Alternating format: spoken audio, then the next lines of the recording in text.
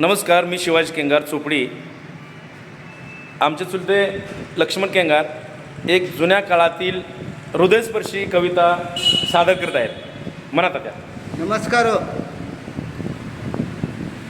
कवितेचं नाव आहे पक्षिणी. क्षणोक्षणी पडे उठे परिबळे उडे बापडी, चुके पत येऊनी क्षिमित रेठला जापडी. गळे घळघळा रुधिर कोमलांगातुनी, तशीच निज कोटरा परत पातळी पक्षिणी.